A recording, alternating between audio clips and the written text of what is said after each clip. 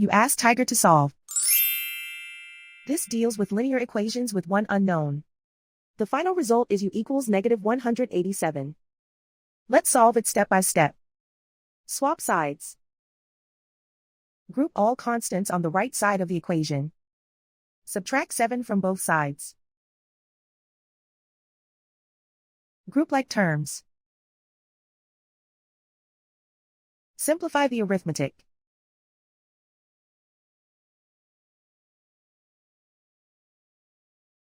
Convert the u into a positive number. Multiply both sides by -1.